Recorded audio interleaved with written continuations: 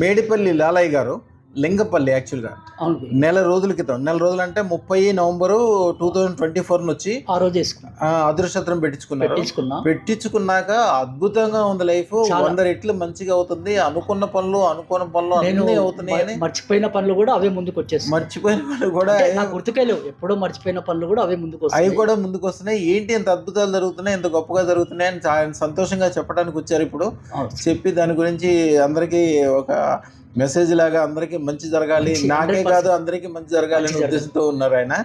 అందుకోసం చెప్తున్నారు. వారిని అడిగి ఏం జరిగింది ఎట్లా జరిగింది. అయ్యా తమరి పేరు?